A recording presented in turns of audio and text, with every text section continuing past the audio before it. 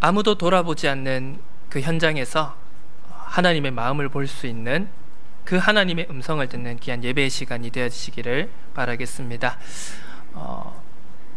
정말 우리가 아무도 할 수 없는 일을 할 수 있는 영적 서밋이 되리라 주님께서는 분명히 우리에게 약속해 주셨습니다.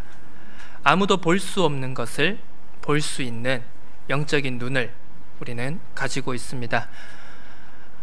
아무도 가지 않는 그 현장 속으로 우리가 가고 아무도 할 수 없는 일을 하는 영적 서밋의 응답 반드시 누려가게 될 줄로 믿습니다. 이 시간 옆에 계신 분들과 함께 인사했으면 좋겠습니다. 하나님의 성령이 당신 안에 거하시는 것을 믿으십니까? 하나님의 성전인 것을 믿으십니까?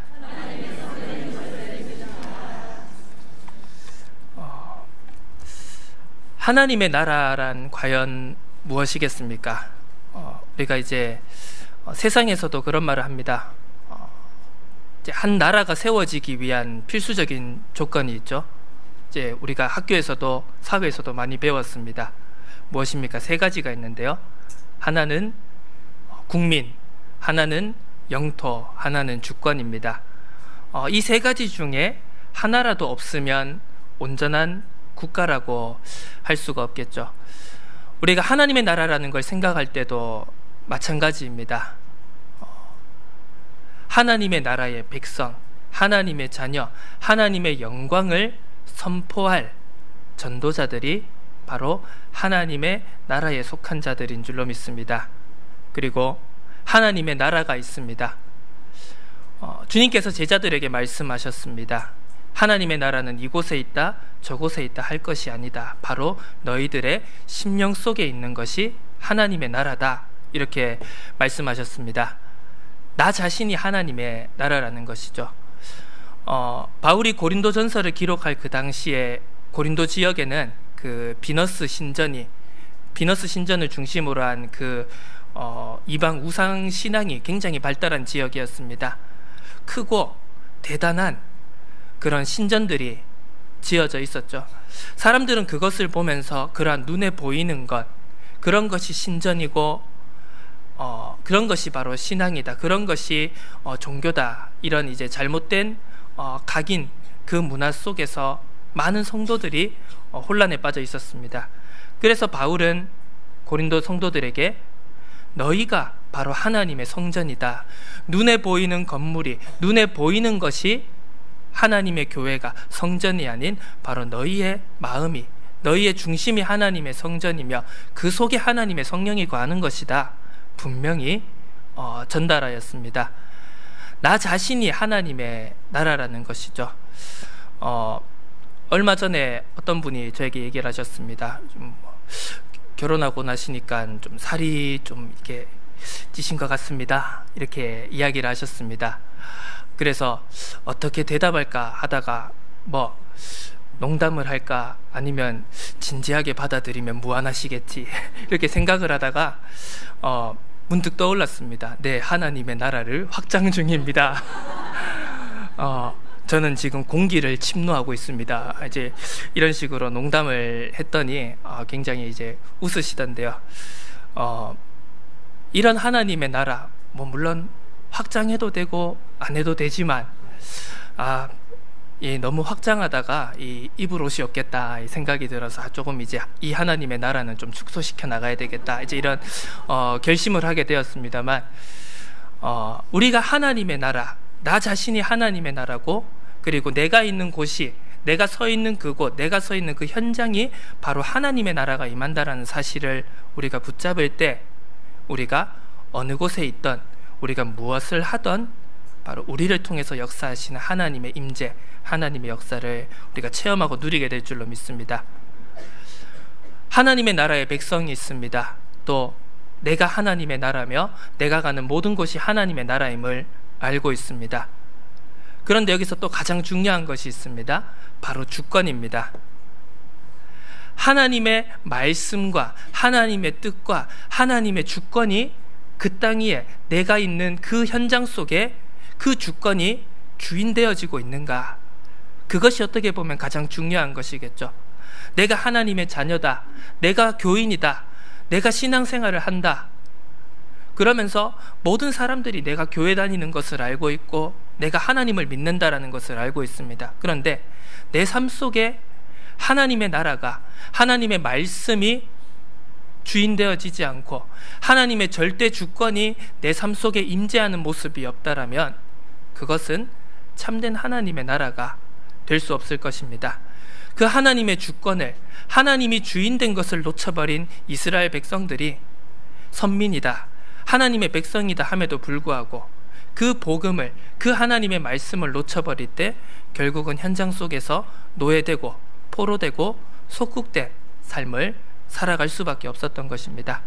그 하나님의 주인됨을, 하나님의 주권을 인정하고 고백하고 선포하고 회복되어지는 순간마다 바로 하나님께서는 그 남은 자 렘넌트들을 통해서 하나님의 역사를 이루어 가시고 크고 강하게 보이는 그 세상을 정복해 나가는 역사를 남은 자 렘넌트를 통해서 허락하셨음을 우리는 말씀을 통해서 살펴볼 수가 있습니다. 지금 이 시대에 우리가 이 시대의 모습을 살펴보면은요, 끊임없는 문제와 끊임없는 사건과 반복되는 재앙과 멸망이 악순환처럼 돌아가고 있는 그 모습을 우리가 살펴볼 수가 있습니다. 흔히 우리가 세상에서도 그런 말을 합니다. 인간의 어리석음은 끝이 없고 똑같은 실수를 계속 반복한다라는 그런 말이 있습니다. 왜 뻔히 보이는 재앙의 길을, 멸망의 길을, 왜 세상은, 하나님 알지 못하는 사람들은 끊임없이 반복하고 있는가? 그것에 대해서 우리는 영적인 눈으로, 영적인 사실을 가지고 올바른 이유를 찾아낼 수 있어야겠습니다. 똑같은 것을 가지고 똑같은 재앙과 멸망의 길로 걸어가는데요, 많은 사람들이 나는 아니라고 생각합니다. 그 전의 세대들이, 그 전의 역사들이 똑같은 재앙과 실패를 반복하고 있는데요, 나는 할 수 있다라는 겁니다. 나는 그 멸망의 악순환 속에서, 재앙의 악순환 속에서 나는 그것을 끊어낼 수 있다라는 겁니다. 하지만 하나님을 떠난 창세기 3장 아래에 있는 모든 사람은 바로 의인은 없으니 하나도 없다라고 로마서는 우리에게 말씀하고 있습니다. 모든 사람이 죄를 범하였음에 하나님의 영광에 이르지 못한다, 그렇게 우리에게 분명히 말씀하고 있습니다. 천하 인간 중에 구원을 받을 만한 다른 이름을 우리에게 주신 일이 없다, 성경은 우리에게 분명히 말씀하고 있습니다. 하나님을 떠나 하나님이 주인된 것을 인정하지 않고 내가 주인이 되어지고 나 중심으로 살아가는 창세기 3장 아래 모든 사람들은 결국은 똑같은 실패를, 똑같은 재앙을 반복할 수밖에 없는 것입니다. 참된 원인도 이유도 모르고 끊임없는 재앙 속으로 들어가는 것입니다. 하나님을 주인 삼지 않으니까 결국은 육신이 중심되어질 수밖에 없습니다. 영적인 비밀, 영적인 눈이 어두워지니 전부 눈에 보이는 것, 의식주를 내 앞에 닥쳐오는 문제와 사건 하나하나에 반응하고 그것에 따라갈 수밖에 없다라는 사실입니다. 창세기 6장에는 네피림의 시대가 왔고 하나님의 아들들이 사람의 딸들의 아름다움을 보고 자기의 눈의 아름다움과 만족하는 것을 보고 그것을 선택하였다라고 했습니다. 하나님께서 창조하신 가정의 축복, 그리고 하나님께서 창조하신 원네스의 축복, 하나님의 뜻은 모두 놓쳐버리고 그저 육신의 것을 쫓아 살아갔다라는 사실입니다. 창세기 11장에 하나님 없는 성공, 하나님 없는 목표 중심으로 모두가 살아가고 있습니다. 하나님이 우리에게 원하시는 것, 하나님이 내게 원하시는 것을, 그것에는 관심이 있는 것이 아니라 창세기 3장과 6장 그 각인과 뿌리 속에서 나의 삶이 오로지 나의 성공만을 위한, 나 하나의, 내 가정에, 내 편에 그러한 성공과 이득을 위해서만 살아가고 있는 것이 바로 세상의 모습인 것입니다.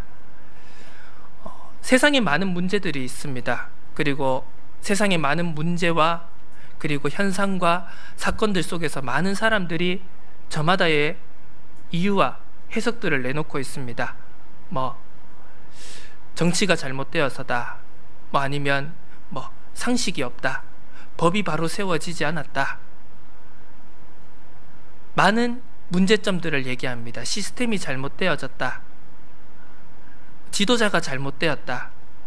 그런데 그렇게 해서 또 수많은 사람들이, 시대의 흐름들이 바뀌어져 나가고 무엇인가를 바꾸어가고자 세상은 지금도 열심히 노력하고 있습니다. 하지만 문제는 바뀌어지지 않는 것이죠.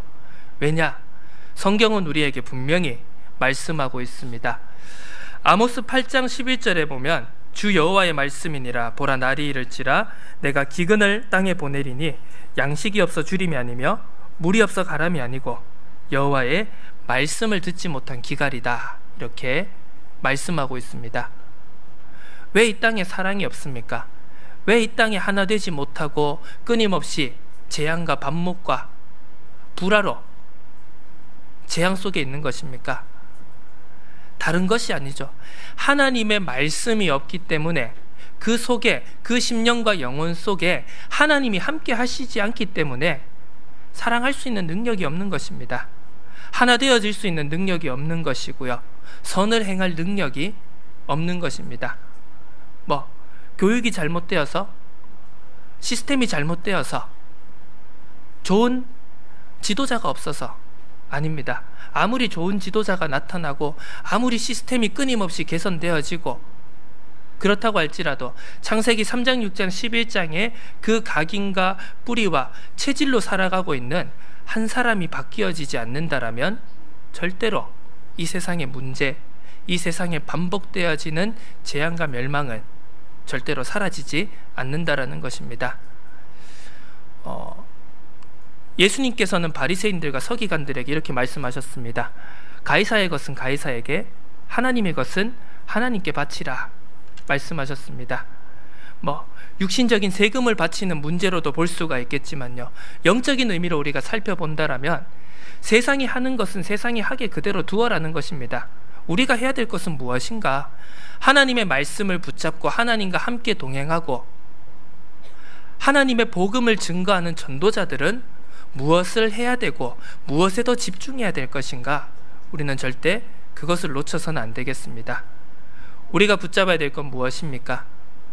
하나님께서 왜 우리에게 성경 66권을 수천 년의 역사를 통해서 수십 명의 기자들을 통해서 우리에게 전달해 주셨겠습니까? 우리가 집중하지 못한다면 일평생, 우리가 살아가는 한평생 동안 우리가 집중하지 않는다면 성경 한 번 읽어볼까 말까 합니다. 그 정도로 엄청난 양이죠.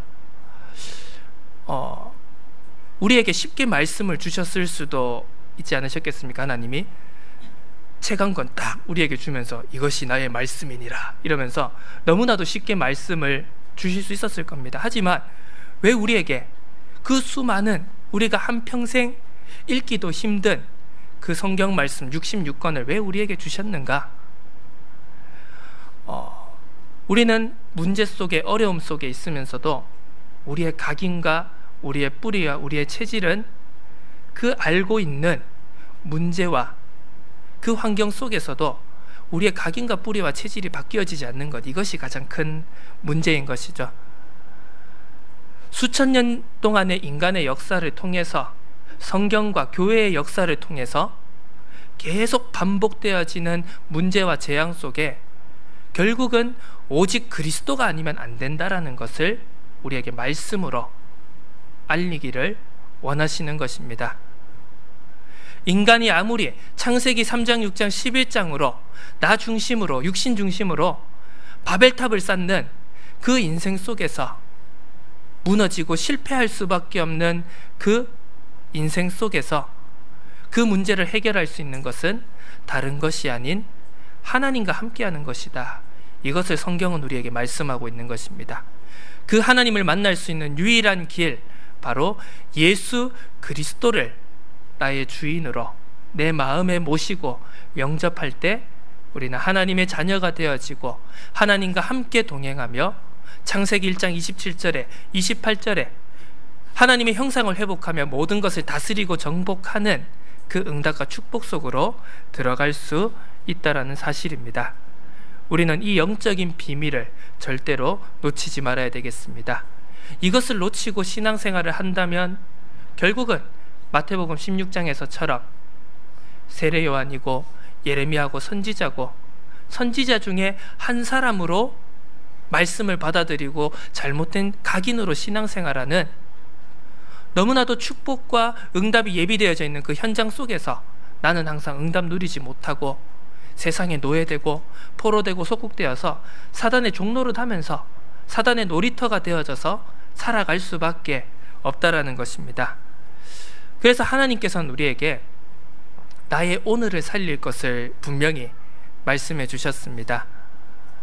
우리가 문제를 바라보는 것이 아니라 상황을 바라보는 것이 아니라 현실을 바라보는 것이 아니라 하나님이 주신 말씀 속에서 과연 나는 하나님의 자녀인 전도자인 남은 자인 나는 나의 오늘을 어떻게 누려야 할 것인가? 치유와 서밋의 길을 위해서 하나님이 원하시는 나의 오늘이 있음을 오늘 본문 말씀이 우리에게 증거하고 있습니다. 첫 번째로 오직 깨어서 정신을 차릴지라, 이 말씀을 하나님의 음성으로 듣는 귀한 은혜가 있으시기를 바라겠습니다. 데살로니가전서 5장 우리가 2절에 살펴보면 이렇게 말씀하고 있습니다. 주의 날이 밤에 도둑같이 이를 줄을 너희 자신이 자세히 알기 때문이라. 그들이 평안하다 안전하다 할 그때에 임신한 여자에게 해산의 고통이 이른과 같이 멸망이 갑자기 그들에게 이르리니 결코 피하지 못하리라. 이렇게 말씀하고 있습니다. 주의 날이 하나님의 시간표가 도둑같이 이른다, 이렇게 표현을 하고 있습니다. 도둑이 언제 들어옵니까? 우리가 깨어 있을 때 대낮에 절대로 도둑은 그렇게 들어오지 않습니다. 물론 강도면은 억지로 그렇게 들어오겠죠. 하지만 몰래 훔치고 빼앗으려고 하는 도둑은 어두운 아주 깜깜한 한밤 속에 모두가 자고 있는 그 속에 도둑은 침입하여서 물건을 빼앗아가는 것입니다. 우리가 늘 깨어 하나님의 말씀 속에 전도자의 비밀 속에 영적 서밋의 길로 항상 우리가 나아가야 되는 이유는 무엇이겠습니까? 왜 우리에게 사모늘을 강조하고 매일의 말씀, 매일의 기도, 매일의 전도자의 삶을 강조하겠습니까? 많은 사람들은 내 시간표를 가지고 내 계획을 가지고 살아갑니다. 하지만 하나님의 시간표는 내가 생각하지 못한 그때에, 내가 생각하지 못한 그곳에 하나님의 시간표가, 하나님의 때가 이름을 성경은 우리에게 분명히 말씀하고 있는 것입니다. 마태복음에도 열처녀의 비유가 나옵니다. 등불에 기름을 준비한 5처녀, 등불에 기름을 준비하지 않은 5처녀의 이야기가 나옵니다. 갑자기 임한 신랑과 신부의 그 혼인잔치에 준비되어지지 않은 자는 그 잔치에 참여되어지지 못함을 우리가 마태복음 말씀을 통해서 살펴볼 수 있습니다. 결국은 우리가 날마다 깨어 있어야 되는 것, 하나님의 때와 하나님의 시기는 우리가 알지 못함을 깨닫고 우리가 자지 말고 오직 깨어 있어 정신을 차릴지라. 오늘 본문 말씀은 우리에게 분명히 말씀하고 있습니다. 마태복음 10장 27절에서는 내가 너희에게 어두운 데서 이르는 것을 광명한 데서 말하며 너희가 귓속말로 듣는 것을 집 위에서 전파하라, 이렇게 말씀하고 있습니다. 오늘 본문 말씀 5절부터 이렇게 말씀하고 있죠. 너희는 다 빛의 아들들이요 낮의 아들이라. 우리가 밤이나 어둠에 속하지 아니하나니 그러므로 우리는 다른 이들과 같이 자지 말고 오직 깨어 정신을 차릴지라. 이 시대에 임한 시대의 흐름과 모든 상황과 사건들 속에서 우리는 세상 사람들이, 믿지 않는 자들이 보는 것과 같이 세상을 보지 않고 우리가 말씀을 붙잡고 하나님의 뜻과 하나님의 비밀을 깨달아 알아서 하나님의 것으로 영적인 사실로 세상과 현장과 우리들의 모든 문제를 영적으로 해석할 수 있는 그 은혜가 우리에게 반드시 있어야 될 줄로 믿습니다. 우리가 세상 사람들과 믿지 않는 자들과 똑같이 본다라면 결국 우리는 그들과 똑같은 재앙 속으로, 멸망 속으로 들어갈 수밖에 없는 것입니다. 너희 아비 마귀, 믿지 않는 자들에게는 사단이 너희 아비 마귀다, 요한복음 8장 44절에 이렇게 기록하고 있죠. 그들이 종되고 그들이 매임받고 그들이 흑암의 세력에 끌려가는 것은 어떻게 보면 너무나도 당연한 사실입니다.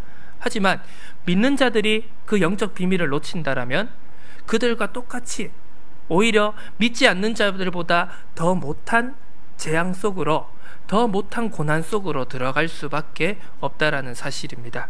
그래서 우리는 하나님께서 우리를 영적 싸움하는, 우리의 싸움이 혈과 육의 싸움이 아니요 바로 영적인 싸움을 싸우고 있음을 분명히 깨닫고 우리는 영적인 무장으로, 하나님의 말씀으로, 하나님이 주신 언약으로 무장하여서 세상에 복음을 가로막는 영적 흐름과 싸우는 영적 군사로 우리 모두가 세워져야 할 줄로 믿습니다.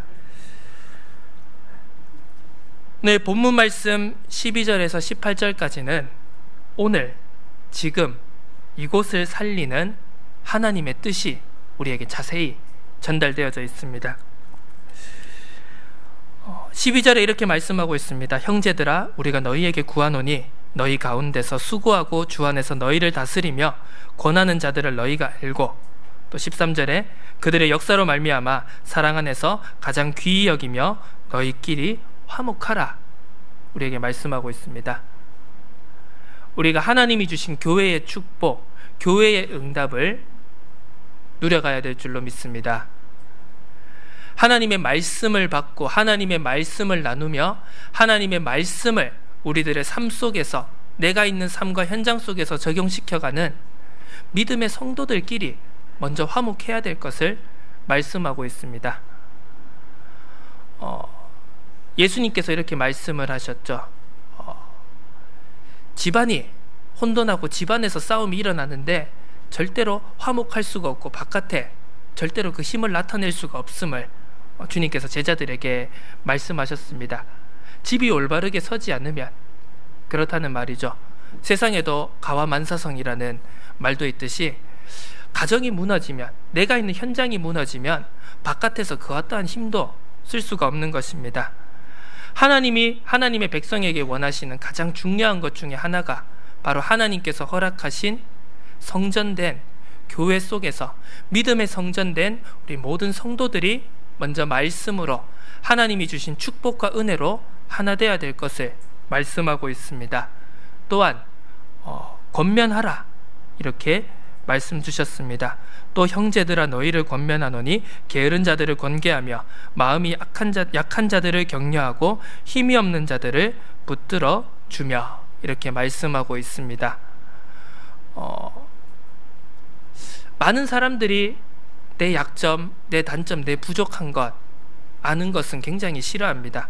또 누가 그것을 나에게 말하는 것 굉장히 자존심 상하고 굉장히 싫은 일이겠죠. 세상에서 누군가 약점을 말할 때, 누군가 단점을 말할 때 많은 사람들이 싫어하는 이유는 무엇이겠습니까? 그것을 통해서 나 자신이 결국은 세상에서 뒤처지고 경쟁에서 뒤처지고, 이제 그런 마음이 있기 때문에 누구나 다 자기의 약점, 자기의 약한 것을 드러내는 걸 싫어하는 것이겠죠. 하지만 하나님의 말씀 안에서, 하나님이 주신 이 아름다운 공동체인 교회 안에서는 하나님의 말씀을 가지고, 하나님의 사랑을 가지고 서로의 약한 것, 서로의 영적 문제, 서로가 고쳐지지 않는 것, 서로의 각인과 뿌리와 체질을 말씀 속에서 발견하고 그것을 서로 나누고 그것을 서로 소통하고, 그것을 통해서 내가 약하기 때문에 나는 안 된다, 역시 나는 안 된다, 이렇게 낙심하고 넘어지는 것이 아니라 하나님의 말씀 안에서 소통되어지고 하나님의 말씀으로 나의 약한 것, 부족한 것을 발견하기 때문에 우리가 하나님의 말씀으로 우리가 더욱 온전하여지며 우리가 회복되어지고 갱신되어지고 치유되어질 수 있음을 우리는 절대로 놓치지 말아야 되겠습니다. 그래서 교회 안에서는 모든 말이, 모든 권면이 하나님의 사랑과 하나님의 긍휼로 우리가 권면하고 그리고 우리가 함께 포럼하고 말을 나누어야 될 줄로 믿습니다. 지난주 전도학 시간에도 담임 목사님이 그렇게 말씀하셨죠. 전도자의 보호자 이렇게 말씀하셨습니다. 불신앙의 말이, 원망과 불평과 헐뜯는 말이 얼마나 큰 영적 영향력을 미치는지는 우리가 길게 말을 하지 않아도 우리 모두가 알 수가 있습니다. 나의 말이 사람을 살리는, 성도를 살리는, 전도자를 살리는, 후대 렘넌트를 살리는, 살리고 치유하는 말이 되어질 수 있도록 우리가 이 교회 안에서 하나 되어지는 은혜 우리 모두가 누려가야 되겠습니다. 또 오래 참으라 이렇게 말씀하고 있습니다.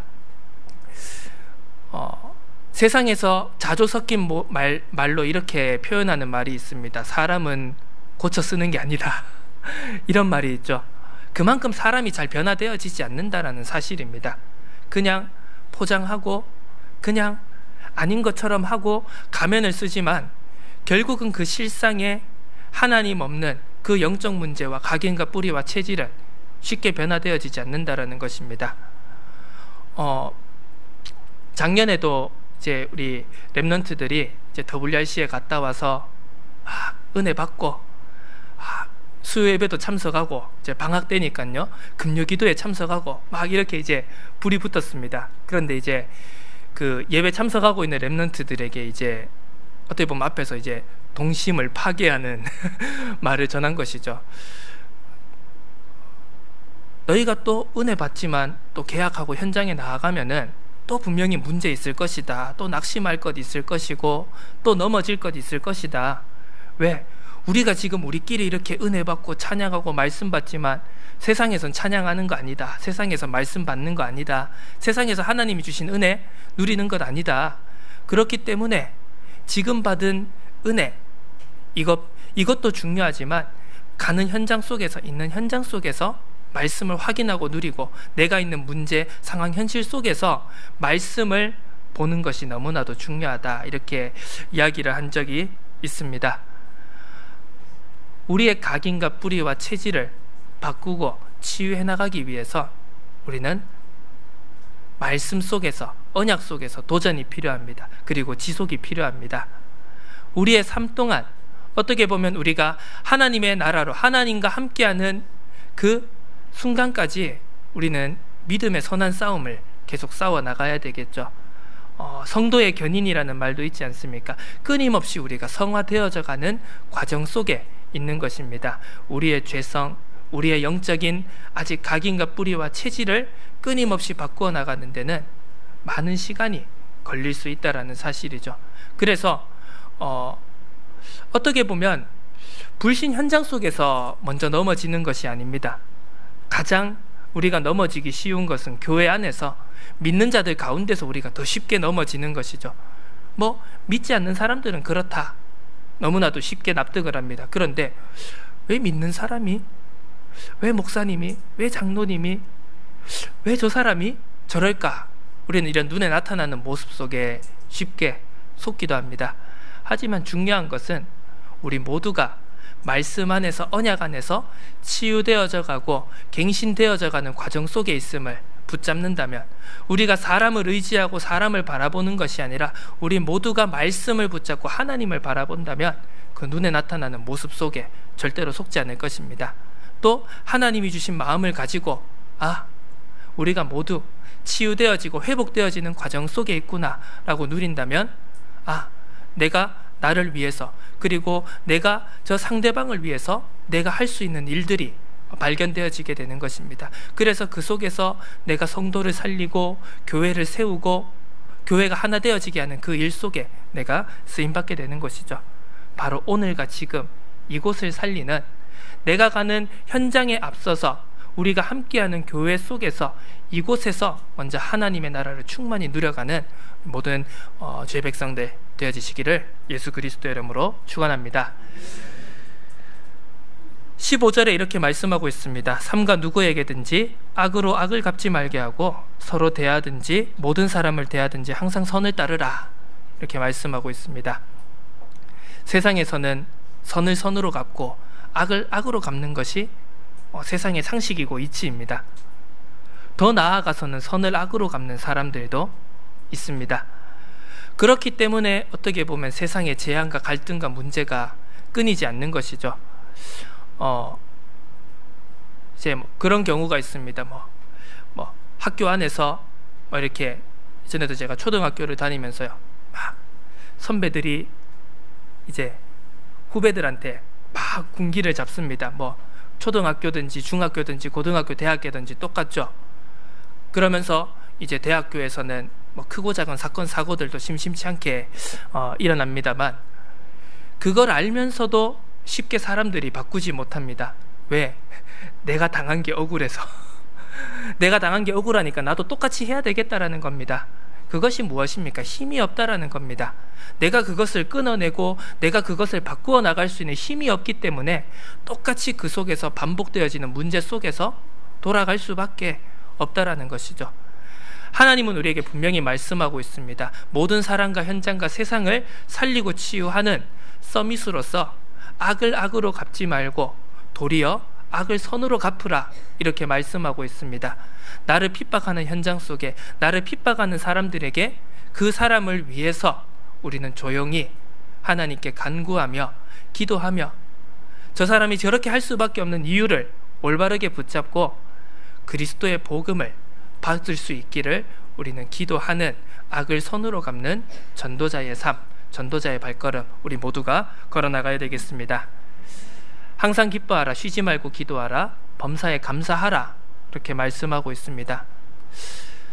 세상 가운데서도 불신자들 중에서도 조금 성공하고 조금 사람들에게 인정받는 사람이라면 누구든지 이렇게 하고 있습니다. 교회 안 다녀도 하나님 안 믿어도 항상 기뻐하는 것처럼 보이는 사람들이 있습니다. 막 남을 위해서 도와주는 사람이 있고요, 모든 것에 감사하다라는 사람이 있습니다. 하지만 그 내용이 중요한 것이죠. 하나님의 말씀을 붙잡고 하나님과 함께 하는 속에서 나오는 기쁨이냐, 기도냐, 감사냐, 아니면 내가 중심이 되어져서, 내가 주인이 되어져서, 내가 인정받고 싶어서 기뻐하고 남을 도와주고 감사하는 것이냐. 똑같은 모습처럼 보이지만 그 내용과 그 과정과 열매는, 결과는 너무나도 다르다라는 사실입니다. 우리가 기뻐할 수 있는 이유는 무엇입니까? 육신적인 환경이 좋아서, 문제가 없어서 그것으로 기뻐하는 것이 아니죠. 나를 구원하신 그 구원의 은혜를 인하여서 우리는 기뻐하는 것입니다. 그러면서 우리는 쉬지 않고 기도해야 됩니다. 무엇을 위해서 기도해야 되겠습니까? 나 자신을 위해서 먼저 기도해야 됩니다. 나 자신이 전도자로, 영적 서밋으로 현장에서 하나님의 나라를 성취시켜 나갈 사람으로 세워져 나갈 수 있도록 기도해야 됩니다. 그리고 교회를 위해 기도해야 됩니다. 교회가 하나가 되어져서 복음으로 회복되어져서 많은 교회들이 복음을 잃어가고 복음을 희미하게 놓치고 하나님의 영광을 나타내지 못하는 그러한 문제 속에 있지만, 나와 내 교회만큼은 오직 복음만을 전하겠노라, 오직 복음만을 나타내겠노라, 그 기도 속으로 우리 모두가 들어가야 되겠습니다. 세상을 위해 기도해야 되겠습니다. 믿지 않는 현장을 위해서, 그리고 믿지 않는 지도자들을 위해서, 믿지 않는 나라와 세상을 위해서 우리는 함께 기도해야 될 줄로 믿습니다. 내가 힘이 없다라면 나 자신만 먹고 사는 것에 급급하겠죠. 하지만 하나님이 주시는 힘, 하나님이 주시는 영적 정체성이 있기 때문에, 내가 전도자이기 때문에 나뿐만이 아니라 모든 사람을 살리고 치유하는 기도 속으로 들어갈 수 있다는 것입니다. 그러면서 하나님의 절대 주권을 인정하기 때문에 우리는 늘 감사할 수가 있습니다. 내게 기쁨이 와도, 내게 문제와 어려움이 와도 그 모든 것이 하나님의 절대 주권 안에 있음을 고백하고 우리는 날마다 감사함으로 복음을 보여주고 복음을 나타내는 참된 전도자의 삶 살아가야 될 줄로 믿습니다. 19절부터 이제 22절까지 우리에게 말씀하고 있습니다. 성령을 소멸치 말며 예언을 멸시하지 말고 악은 어떤 모양이라도 버리라. 성령을 소멸치 말라라고 했습니다. 로마서 8장에 보면 우리가 연약함을 아시고 성령은 말할 수 없는 탄식으로 우리를 위해서 친히 간구하신다, 이렇게 말씀하고 있습니다. 성령을 소멸한다라는 것은 우리가 의미로는 하나님께서 역사하시는 성령의 역사를 우리가 기다리지 않고 내 생각, 내 기준으로 먼저 나아가는 것을 의미합니다. 성령의 뜨거운 바람과도 같은 불같은 역사를 나의 인본과 나의 체질과 내가 먼저 앞서 행하는 것을 통해서 그 성령의 불이 차갑게 식어지는 것을 의미하는 것입니다. 그래서 우리는 내 생각이 아닌, 내 기준이 먼저 앞서는 것이 아닌 성령께서 일하실 수 있도록, 성령께서 나를 통해서 역사하실 수 있도록 주인된 자리를 내어주는 것, 그것이 바로 우리가 성령을 소멸치 않고 성령의 역사를 우리들의 삶 속에서 충만히 누리는 길인 줄로 믿습니다. 예언을 멸시하지 말라 그랬습니다. 내 삶 속에 들리는 작은 소리 하나하나에도 우리는 그것을 하나님의 음성으로 듣고 그 음성을 외면하지 말아야 되겠습니다. 모든 것이 하나님의 음성이죠. 강단에서 선포되어지는 목회자의 말씀만이 하나님의 음성이 아닙니다. 내 옆에 있는 사람, 어떻게 보면 가장 작고 연약한 한 사람의 음성을 통해서도 우리는 하나님의 음성을, 하나님의 뜻을 발견할 수 있어야 된다라는 것입니다. 민수기에 보면 그 발람 선지자가 이스라엘을 저주하기 위해서 가는 장면이 나오죠. 나귀가 하나님의 음성을 전달하고 있습니다. 나귀를 통해서도 하나님의 뜻을 알 수가 있는 것이죠.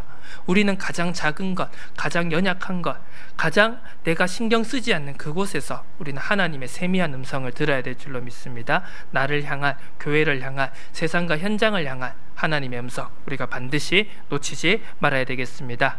악은 어떤 모양이라도 버리라 말씀 주셨습니다. 세상은 결과를 중요하게 생각합니다. 그 결과 속에서 가정은 어떻게 되든지 중요하지 않다라고 생각을 하죠. 우리는 시작도, 과정도, 결과도 다 중요합니다. 우리의 시작은 무엇입니까? 예수가 그리스도라는 사실입니다. 우리의 과정은 무엇입니까? 우리의 삶 속에 하나님의 나라를 이루어가는 것입니다. 우리의 결과와 응답은 무엇입니까? 땅끝까지 증인이 되어지는 것입니다. 로마서 16장 19절에는 내가 선한데 지혜롭고 악한데 미련하기를 원하노라 이렇게 말씀하고 있습니다. 우리가 끊임없이 기도해야 되겠습니다. 하나님, 하나님의 말씀, 전도와 선교를 위해서 우리가 끊없이 지혜로워질 수 있도록 비둘기같이 순결하게 뱀처럼 지혜롭게 복음을 증거할 수 있는 지혜를 주옵소서. 그리고 복음을 가로막는 어떠한 흑암의 세력과도 내가 타협하지 않도록 악에 미련할 수 있는 은혜를 허락하여 주옵소서. 우리의 기도 제목이 되어야 될 줄로 믿습니다. 마지막으로 데살로니가전서 5장 27절에 바울은 데살로니가 교회에 이렇게 편지를 마무리하고 있습니다. 내가 주를 힘입어 너희를 명하노니 모든 형제에게 이 편지를 읽어주라. 몇 년 전부터, 몇 년 사이부터 이제 그 인문학이 굉장한 유행과 흐름을 타기 시작했습니다. 그래서 그런 말들이 많이 나오죠. 책 읽어주는 남자, 인문학 읽어주는 남자. 요즘에 TV 광고에 보니까 가구 읽어주는 남자까지 등장을 하는 겁니다. 그것이 왜 이렇게 디자인되어졌나, 그거를 이제 설명해 준다라는 것이죠. 우리가 세상의 지식을 알고 세상의 문제를 알고 아는 것만으로는 충분치 않다라는 것입니다. 무엇이 더 되어져야 됩니까? 그 문제를 보고 그 세상의 지식을 알고 그것을 어떻게 영적으로 해석할 수 있는가, 그것을 어떻게 복음으로, 언약으로 재해석할 수 있는가, 그것이 핵심이라는 것입니다. 그래서 우리는 나의 말씀, 나의 복음이 정리되어져야 될 줄로 믿습니다. 나의 과거와 나의 문제, 나의 모든 인생 속에서 역사하시고 나에게 찾아오신 예수가 그리스도 되심을 우리는 나의 복음으로, 나의 메시지로 정리해야 되겠습니다. 그리고 그것을 무엇입니까? 나의 인생을 복음으로 정리한 그것을 미래의 후대와 렘넌트들에게 전달하여 줄 수 있는 인생의 최고의 작품을 남기는 영적 서밋의 삶, 우리가 반드시 살아가야 될 줄로 믿습니다. 하나님이 우리 교회에 올 한해 큰 축복과 응답을 주셨습니다. 하나님의 천명, 소명, 사명을 감당하는 3센터의 교회의 기도 제목입니다. 모든 사람을 치유해야 되겠습니다. 부족한 자처럼 보이더라도, 그리고 아무리 복음이 필요 없는 것처럼 보이고 모든 것이 완벽하게 보이는 사람이라고 할지라도 모든 사람에게는 복음으로 오직 그리스도로 치유가 반드시 필요하다라는 그 사실을 우리가 알고 증거할 수 있는 치유센터로서의 교회 응답 반드시 누려가야 되겠습니다.